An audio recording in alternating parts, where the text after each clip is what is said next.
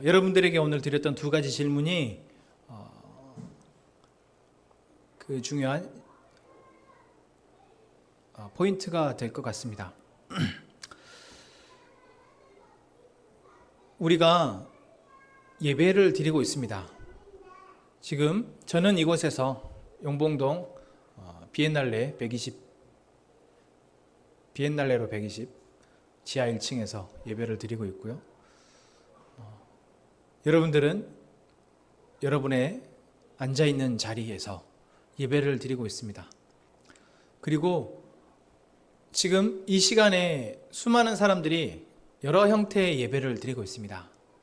모여서 예배를 드리고 있는 사람들도 있고, 또한 가족별로 가정의 예배를 드리고 있는 사람들도 있고, 또 화면을 보면서 영상으로 예배를 드리고 있는 사람들도 있고, 그저 혼자서 이 시간을 말씀을 보며 시간을 보내는 사람들도 있을 텐입니다.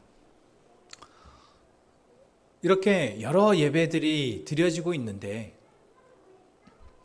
코로나19로 인해서 이 상황이 참 복잡하고 어려운 때에 우리가 드리고 있는 이 예배가 참 많이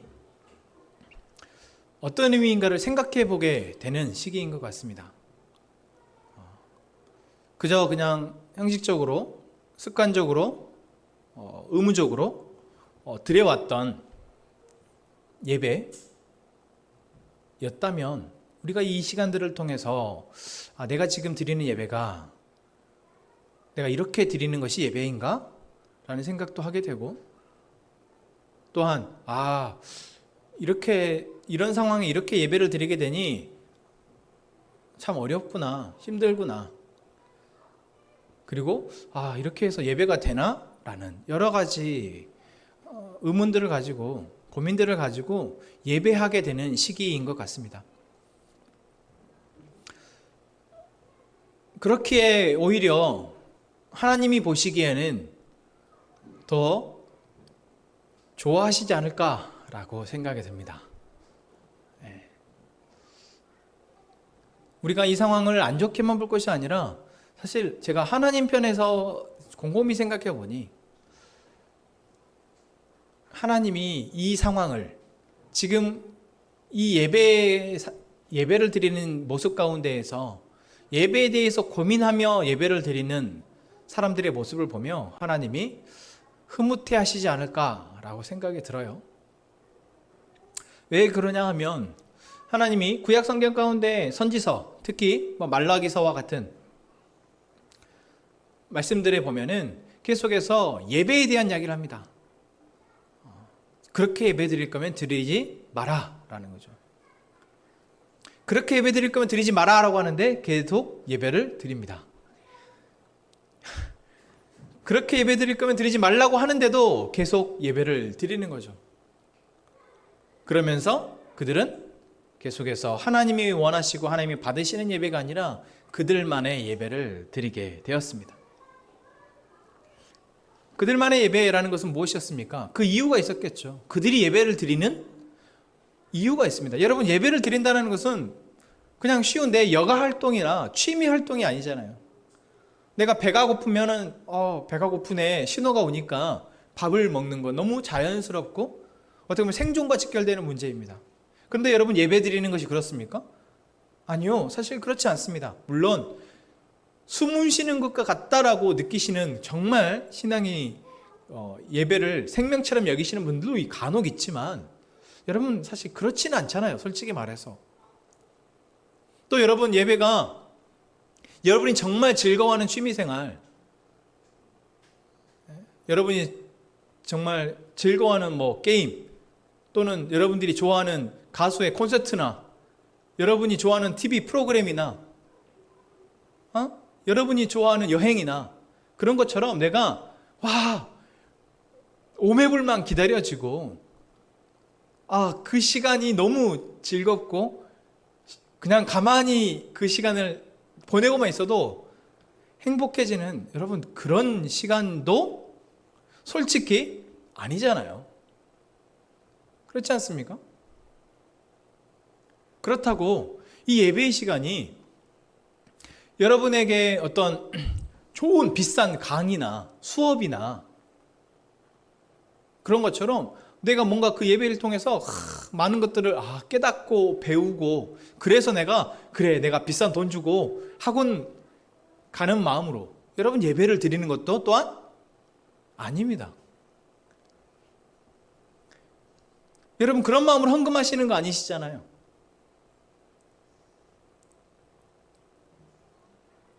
그런데 예배를 다 드리고 있다라는 겁니다. 그런 것도 아닌데 내가 밥 먹는 것 같이 정말 배가 고픈 신호가 오는 것처럼 예배를 안 드리면 뭔가 몸에 두드러기가 나고 그런 것도 아닌데 내가 예배를 드리는 것이 너무나 내가 좋아하는 취미생활처럼 즐겁고 행복하고 그래서 드리는 것도 아닌데 그럴 때도 있지만 내가 예배를 통해 뭔가 유익한 것들을 계속 배우고 느끼고 내 지식을 채우고 경험하고 매번 그러는 것도 아닌데 여러분 예배를 드리고 있다라는 것입니다.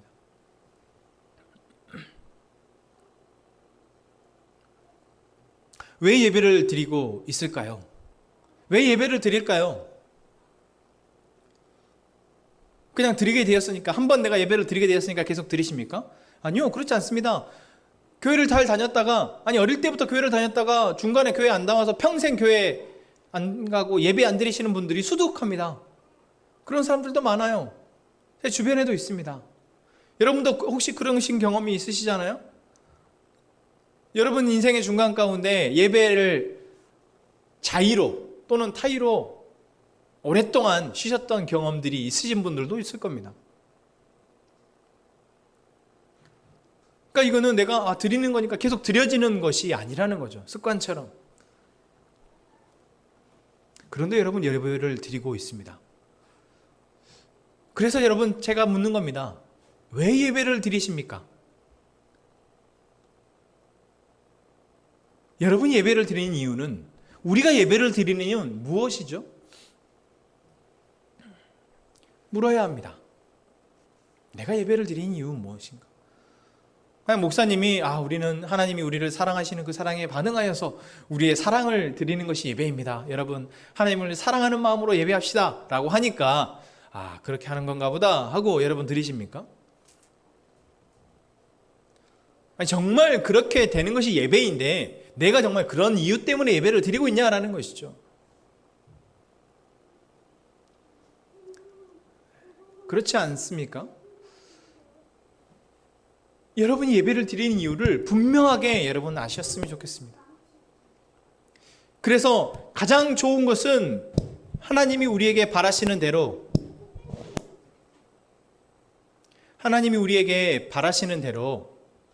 정말 하나님이 우리에게 하신 일과 그분이 우리에게 베푸신 일을 기쁨으로 우리가 감사함으로 그래서 사랑하는 마음으로 드리는 예배가 되어지기를 소망합니다.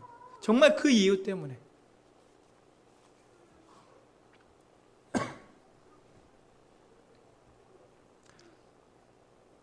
그리고 만약 여러분 그 이유가 아니라면 지난주 저희가 예루살렘에 입성하는 예수님을 환영했던 그러한 수많은 사람들처럼 나의 어떤 필요나 이유 때문에 예배를 드리는 경우도 있습니다.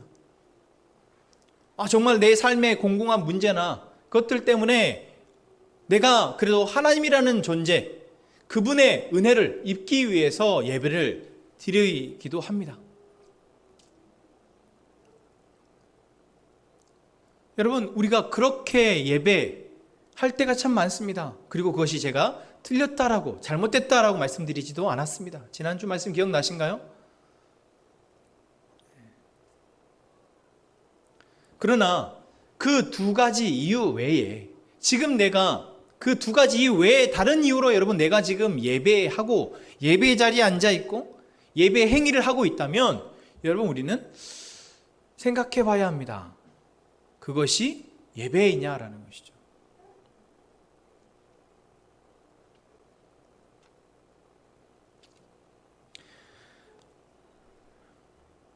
그리고 왜 우리가 그러한 이유로 예배를 계속 드리고 있냐라는 겁니다. 정말 하나님을 사랑하여서 드리는 예배 말고 정말 나의 그래도 나의 필요를 하나님이라는 존재를 통해서 해결받고자 하는 그런 마음으로 드리는 예배 말고 그 외에 다른 이유들로 예배를 드리고 있다면 우리가 왜 그 이유로 예배를 드리고 있냐라는 것이죠.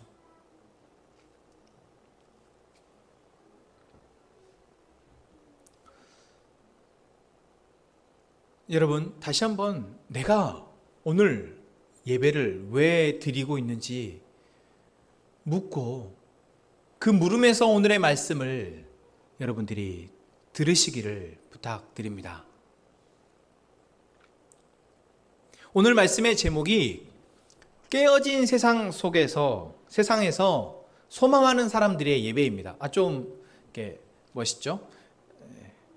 안 그런가요? 깨어진 나름 정말 고민했습니다. 그래서 제목을 너무 많이 바꿨어요. 그래서 블로그에 올려놓고도 또 수정하고 또 말씀 준비하다가 그래 또 수정하고 그래서 탄생한 제목이 깨어진 세상에서 소망하는 사람들의 예배입니다.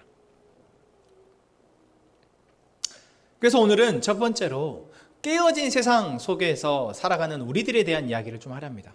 아니, 깨어진 세상이다라는 것을 이야기를 하려 합니다. 우리가 하나님을 예배하는 합당한 이유가 아닌 이유로 예배를 드리게 된다면, 또는 아예 그 이유도 아니고 그냥 이 세상 가운데 예배하지 않고, 하나님을 예배하지 않고 다른 어떤 대상을, 다른 어떤 물질을 쫓고 숭배하고 예배하고 있는 사람들은 왜 그럴까라는 것이죠. 그들이 그렇게 하나님이 아닌 존재를 하나님의 합당한 이유가 아닌 이유로 예배를 하게 되는 이유가 바로 이 세상에 대한 이해가 없기 때문이다라는 것입니다. 오늘 마가복음 13장은 예수님과 제자들이 어떤 시점에서 나오는 이야기입니까? 성전에서 나가실 때에 라는 이야기입니다. 예수님이 이제 십자가에 죽으시기 위해서 예루살렘 성으로 들어오셨습니다. 그래서 지난주에 군중들이 환영하고 환호하며 호산나 다윗의 자손 예수여 환영했죠. 그리고 실제로 오늘 주일이 종려 주일입니다. 그러니까 교회 역상으로는 종려 주일. 그 종려나무 가지를 흔들고 예수님이 예루살렘 성으로 오시는 것을 환영하였다고 해서 오늘이 종려 주일이고, 이제 내일부터가 고난 주간입니다. 그리고 다음 주가 부활 주일이죠. 다시 말하면 이제 예수님의 사역의 클라이막스를 향해 가는 겁니다. 예수님이 이 땅에 오셔서 하셨던 그 많은 일들이 결국 종착역을 향해서 가고 그 마지막 목적을 이루기 위해서 왔다라는 것이죠. 그렇게 예수님이 예루살렘에 입성하셔서 이제 성전에 가셔서 지난 12장에서 하나님의 말씀을 가르치시고 이제 성전에서 나가실 때에 라는 겁니다. 자, 그런데 예수님이 예루살렘에 입성하셔서 그들에게 하셨던 이야기들은 계속해서 책망의 말씀이었습니다.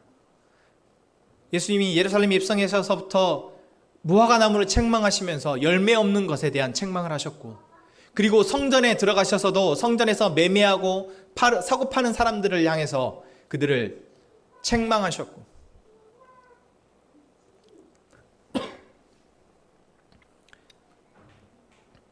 또한 부활에 대해서 잘못 생각하고 있는 사람, 하나님의 구원에 대해서 잘못 생각하고 있는 사람들에 대해서 책망하셨고, 또한 교회 안에서 드려지는 헌금, 또한 종교적 행위를 하고 있는 많은 서기관들과 바리새인들을 책망하셨고, 진정으로 드려지는 예배에 대한, 그리고 그때 드려지는 헌금에 대한 것을 말씀하셨습니다. 이렇게 예수님이 계속해서 예루살렘에 들어와서 사람들에게 하셨던 이러한 책망의 말씀들은 결국 이 세상이 그렇게 책망받을 수만 가지 이유들로 가득 차다라는 것을 보여주는 것이죠. 그리고 심지어 그래도 깨끗하고 그래도 하나님의 기준으로 삶을 살아내야 될 종교인들, 그리고 그러한 예배가 무너져 있음을 또한 반증하는 것이기도 합니다.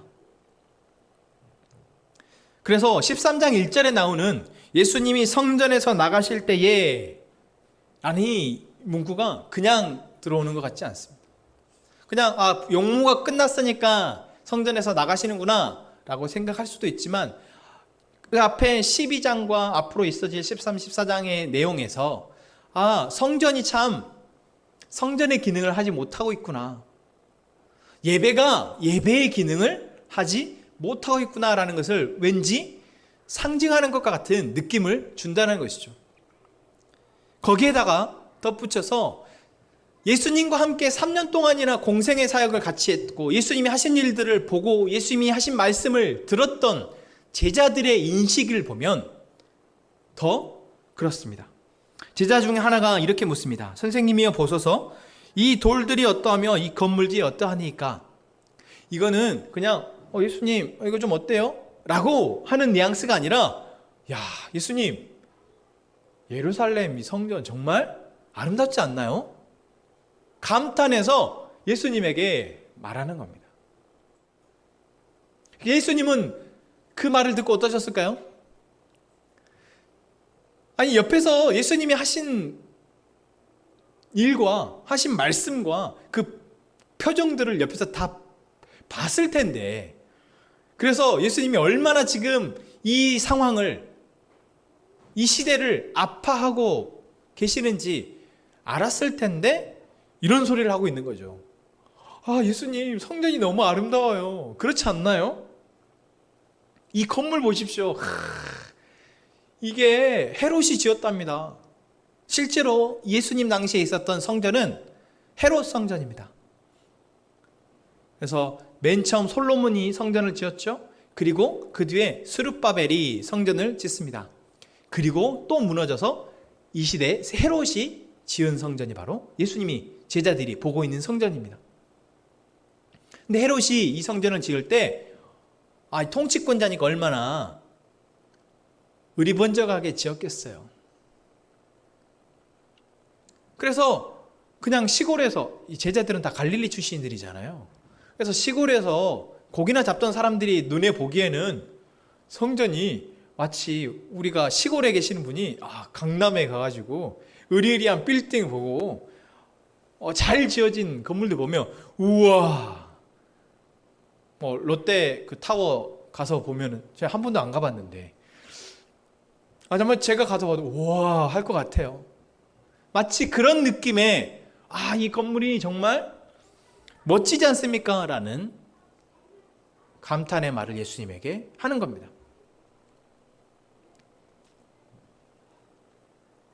자, 그때 예수님이 뭐라고 말씀하십니까? 내가 이 큰 건물들을 보느냐? 돌 하나도 돌 위에 남지 않고 다 무너뜨려지리라 라고 말씀하십니다. 이것은 실제로 정말 그 헤롯의 성전은 전부 다 무너져서 예수님 말씀처럼 돌 하나도 돌 위에 남지 않고 이것은 완전히 소멸되어 버린다라는 것입니다. 실제로 그렇게 되었습니다. 실제로도 그렇지만 이 말의 의미는 또 무엇입니까? 눈에 보여지는 유형의 성전, 유형의 교회, 건물, 그리고 그 건물 안에서 드려지는 형식적이고 의미 없고 본질에서 벗어난 예배들은 전부 다 무너질 것이다 라는 것을 말하고 있습니다.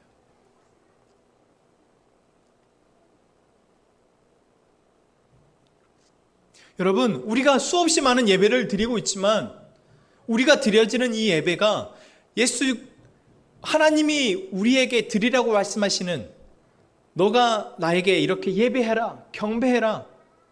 왜? 넌 나의 종이니까 나에게 경배해야 돼가 아니라 내가 너를 사랑했기 때문에, 너가 나의 사랑을 느꼈다면 그에 합당하게 너도 나를 사랑해서 예배했으면 좋겠다. 그렇게 말씀하신 하나님의 그 마음으로 드려지는 예배가 아니라면 여러분, 우리의 예배는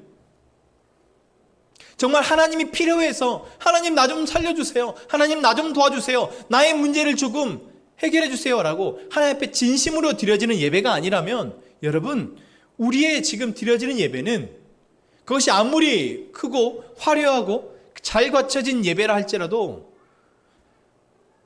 무너지고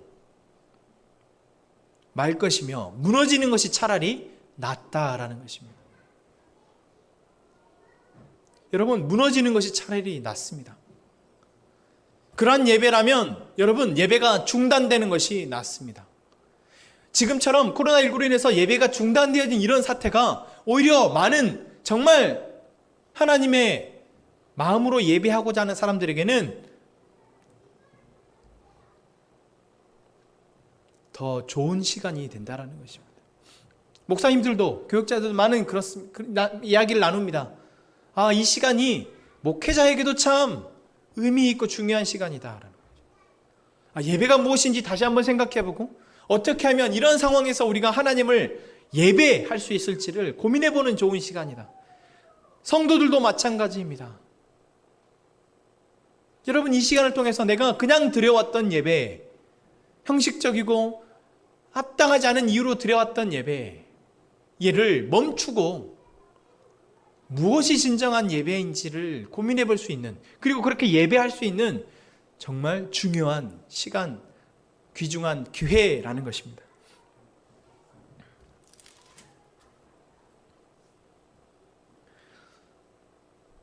예수님이 이 말씀을 하시고 나자 제자들이 묻습니다. 4절 말씀에 우리에게 이르소서 어느 때에 이런 일이 있겠사오며 이 모든 일이 이루어지려 할 때에 무슨 징조가 있사오리까?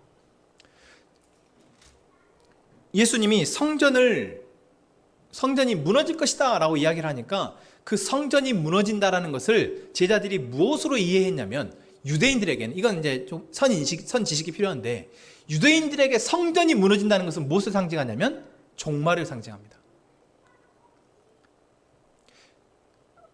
그들의 역사를 생각해 보세요. 그들이 성전이 무너졌을 때가 무엇이었습니까? 그들의 나라가 멸망할 때였습니다.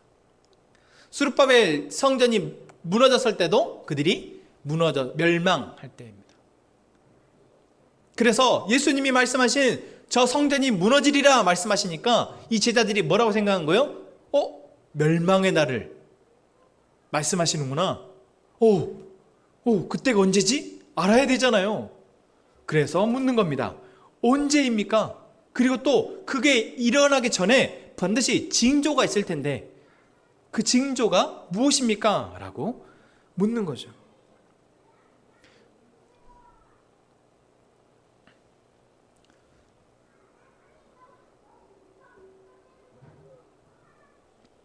그때 예수님이 말씀하십니다. 5절 말씀이죠. 너희가 사람의 미혹을 받지 않도록 주의하라. 많은 사람이 내 이름으로 와서 이르되 내가 그라하여 많은 사람을 미혹하리라. 난리와 난리의 소문을 들을 때에 두려워하지 말라. 이런 일이 있어야 돼 아직 끝은 아니니라. 민족이 민족을, 나라가 나라를 대적하여 일어나겠고 곳곳에 지진이 있으며 기근이 있으리니 이는 재난의 시작이니라. 딱 들으니까 여러분 어떤 느낌이 드십니까? 뭔가 마지막 때가 가까우고 그때 일어날 대혼돈의 상황, 정말 재난의 상황, 재앙의 상황을 예수님이 말씀하시는 거구나 라고 여러분 느껴지시죠? 그러면 한번 묻겠습니다. 여러분, 언제가 이때일까요? 예수님 말씀하신 이때는 언제이겠냐라는 겁니다.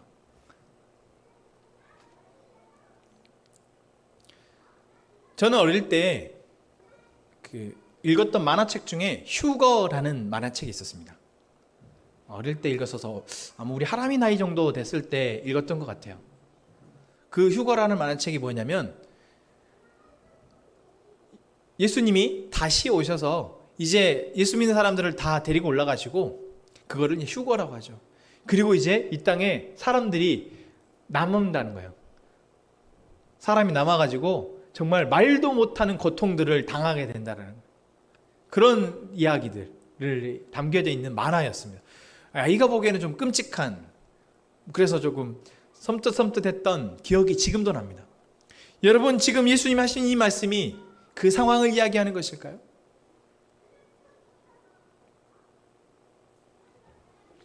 아니요, 그렇지 않습니다.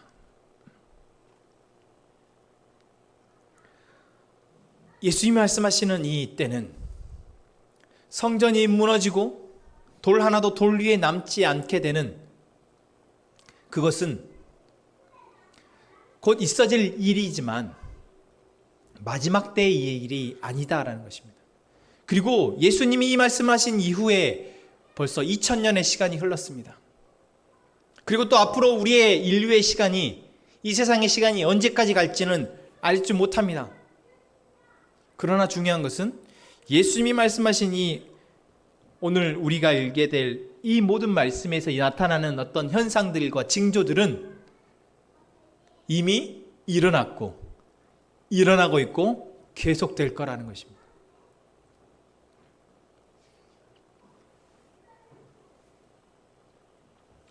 사실 예수님 이전에도 이러한 일들은 계속됐습니다. 보십시오. 사람들을 미혹하는 사람들이 나타나는 거 항상 있죠. 여러분, 우리 주변에도 흔히 다른 사람을 미혹하여서 사기치는 사람들이 있습니다. 그냥 한 개인에게 사기를 치고, 또는 단체적으로 많은 사람들을 홀려가지고 미혹해서 자기를 따르고 경배하라고 하는 사람들이 있지 않습니까? 지금도 이단들이 그러하고, 이단이 아니어도 많은 사람들이 조금이라도 자기의 영향력을 높이기 위해서 사람들을 갖은 술수를 써서 미혹을 합니다. 이것이 좋습니다. 이것 먹으면, 이것을 하면, 거기를 가면 이라고 말하며 사람들을 미혹합니다. 또한 7절 말씀에 보면 난리와 난리의 소문을 들을 때에, 난리와 난리의 소문이라는 것은, 이것은 전쟁과 같은 난리를 말합니다. 지금 사실 여러분, 코로나19로 인해서 전 세계가 마치 딱 이 7절의 상황 같지 않습니까? 난리도 이런 난리가 없습니다. 우리나라가 그래도 지금은 어느 정도 통제 가능한 상황 속에서 가고 있으니까 여러분, 지금 그래도 우리가 일상을 살잖아요. 식당 가서 밥도 먹고 벚꽃 구경도 조심하면서 하고 데이트도 하고, 여러분, 그래도 우리가 하지 못한 것들이 참 많지만 그래도 여전히 할 수 있는 것들이 너무 많습니다. 그런데 지금 다른 나라들은 그렇지 않더라고요. 우리나라가 마스크 때문에 한참 한 2, 3주 전까지만 해도 마스크 사는 것이 힘들다 하지만 지금은 약국 가면 그냥 살 수 있는 게 마스크입니다. 요즘에는 그냥 쉽게 사더라고요. 줄 안 서도. 그런데 다른 나라는 뉴스를 보니까 서로 마스크를 뺏어가려고 난리도 아니라, 그냥 개인이 마스크를 뺏는 문제가 아니라 나라가 좀 힘이 센, 보니까 미국이라는 나라는 다른 나라가 주문해서 살려고 한 마스크를 웃돈 주고 빼가버리는 거예요. 너무 재밌지 않습니까? 이런 난리가 없습니다. 또 보셨죠? 화장지를 사람들이, 우리나라는 화장지를 사재기 하지 않는데 다른 나라는 물건을 사재기 하는데 화장지, 생필품 같은 것들을 사재기 하느라고 난리도 그런 난리가 없습니다. 여러분, 이런 난리 가운데 사람들은 어떻게 합니까? 두려워합니다. 그런데 여러분, 이 코로나19로 인한 상황이 지금만 우리가 이런 난리입니까? 아니요. 수없이 지금까지 수많은 난리통에서 우리는 살아왔고요. 앞으로도 수많은 난리통에 살아갈 겁니다. 다시 말하면 예수님이 말씀하신 이 상황은 마지막 때에 언제 가서 일어날 일이 아니라 지금 우리에게 일어나고 있는 일이라는 거예요. 지금 우리의 상황을 말씀하고 있다는 것입니다. 아니, 우리 세대뿐만 아니라 이 전 세대들도 계속해서 이 말씀을 읽으면서 이거는 지금 우리의 시대고 지금 우리의 모습이 이렇잖아 라고 느낄 수밖에 없는 그런 상황입니다. 8절 말씀에도 뭐라고 되어 있습니까? 민족이 민족을, 나라가 나라를 대적하여 일어나갔고 곳곳에 지진, 기근이 있는데 더 심각한 말은 무엇입니까? 재난의 시작이다.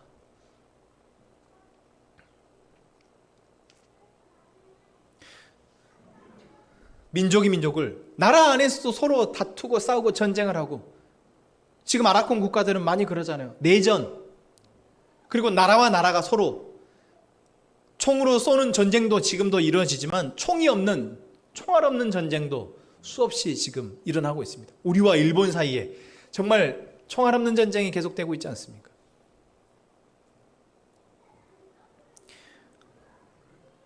예수님이 제자들의 그 물음에 마지막 때, 정말 그 종말의 때가 언제입니까? 그 종말의 때가 온다는 징조가 무엇입니까? 라고 말했을 때에 예수님이 하신 말씀, 이 말씀은 언제를 말하고 있습니까? 지금 우리의 시대를 말하고 있습니다. 그렇다면 그건 무엇입니까? 지금이 바로 마지막 때라는 것입니다.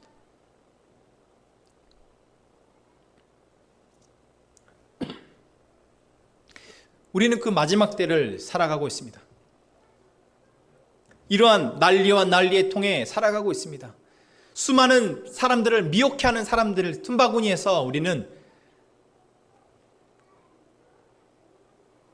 살아가고 있습니다. 수많은 전쟁과 다툼을 우리는 경험하거나 또는 간접적으로 바라보면서 살아가고 있습니다. 그런데 여러분, 중요한 것은 남의 일이구나, 뭐 끝나겠지, 또는 나만 살면 되지, 이렇게 생각하고 살아갈 문제가 아니다라는 것이죠.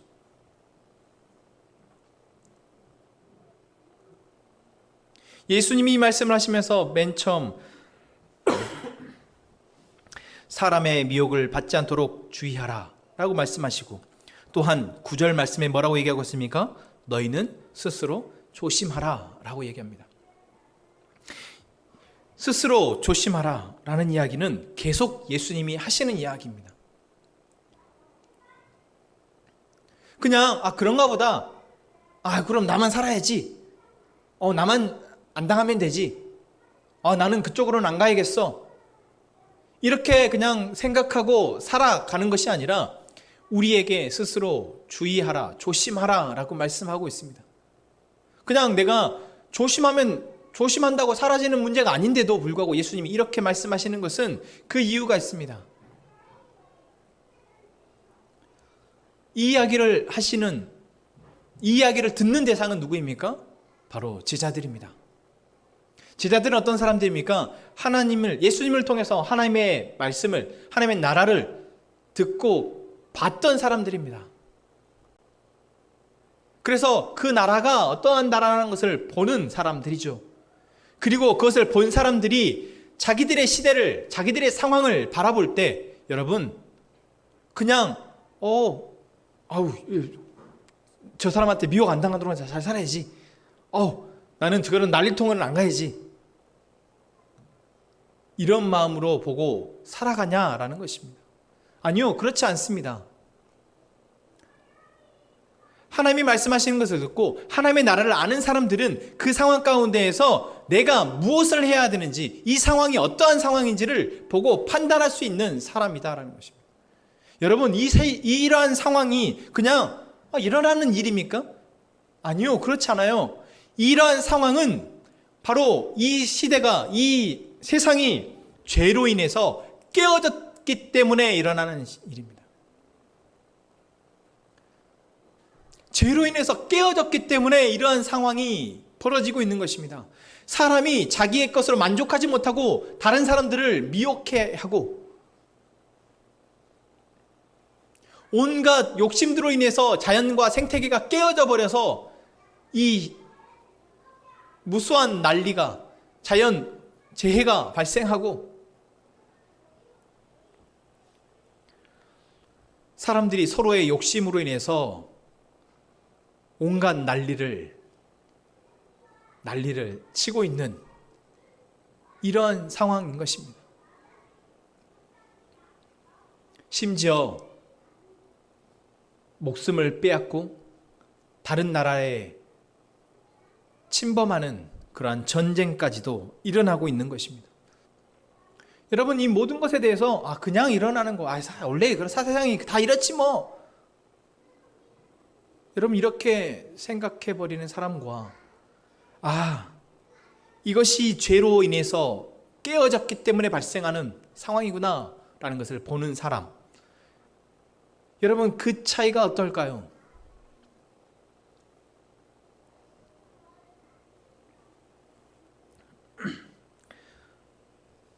그 차이를 아는 사람이 되기를 원합니다.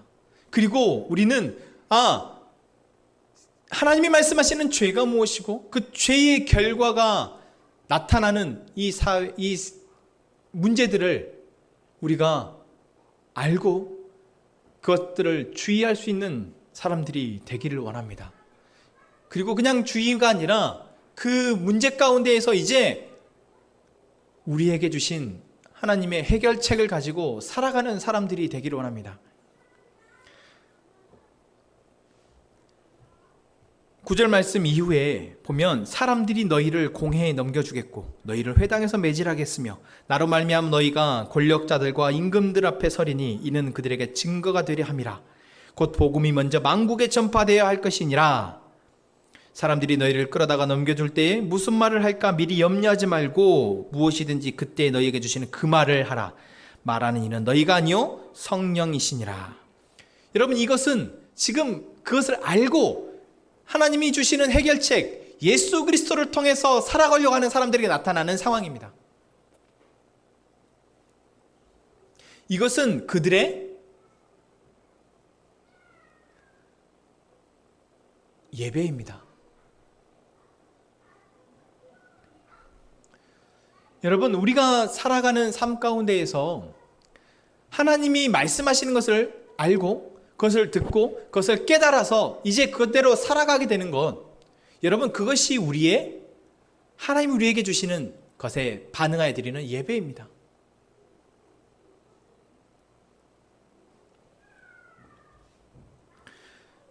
이 세상이 깨어졌음을 알고 그 깨어진 세상 속에서 나에게 주신 하나님의 은혜를 알고 그 은혜를 가지고 살아가는 것, 나에게 주신 사명을 가지고 살아가는 것, 그것이 바로 우리의 예배입니다. 그런데 그렇게 될 수 있기 위해서 지금 우리에게 필요한 것은 무엇입니까? 가장 먼저는 조금 전에 우리가 얘기했듯이 이 세상이 죄로 인해서 깨어진 세상이다라는 것을, 그래서 우리에게 벌어진 이 수만 가지 일들이 바로 그 이유 때문에 벌어졌다는 것을 알고, 그리고 이제 그 깨어진 세상 속에서 예수 그리스도를 발견하고 예수 그리스도를 믿고 예수 그리스도를 소망 삼아 살아가는 사람들이 되는 것입니다.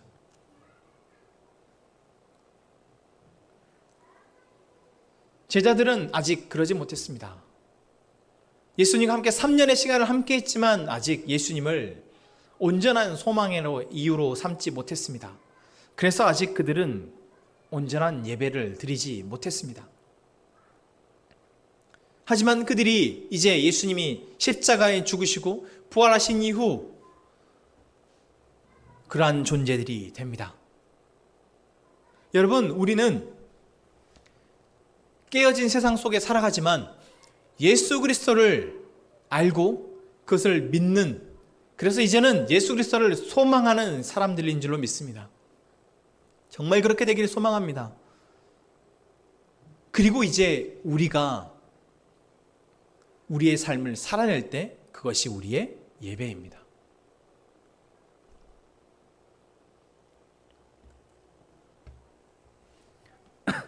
13절 말씀 보십시오. 너희가 내 이름으로 말미암아 모든 사람에게 미움을 받을 것이나 끝까지 견디는 자는 구원을 받으리라. 여러분, 예배는 어떤 자리에서 찬양 부르고 설교 듣고 헌금하고 축도 받으면 끝나는 것이 예배가 아닙니다.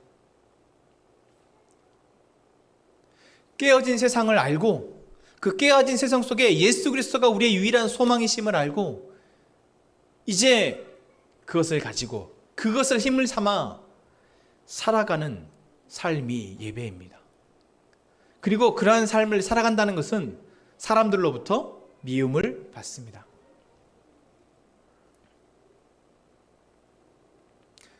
예배 드리지 말라고 하는데 예배 드려서 미움 말고요. 모여서 예배 드리지 말라는데 모여서 예배 드려서 받는 미움 말고,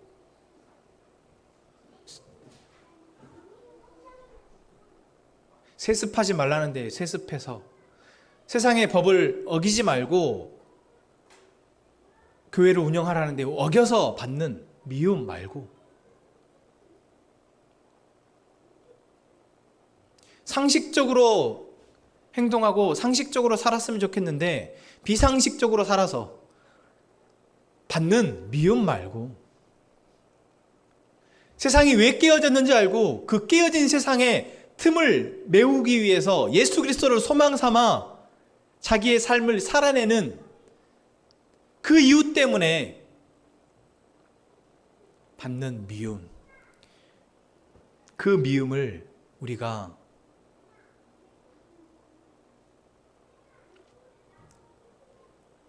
말씀드리긴 참 그렇지만 그 미움을 받는 우리 모두 되기를 소망합니다. 그리고 그것은 어느 시점에 끝나는 것이 아니고 우리의 인생이 끝이 나든 또는 예수 그리스도가 다시 오셔서 끝이 나든 그 끝까지 가야 될 줄로 믿습니다. 그리고 그렇게 끝까지 견디는 것이 바로 구원입니다.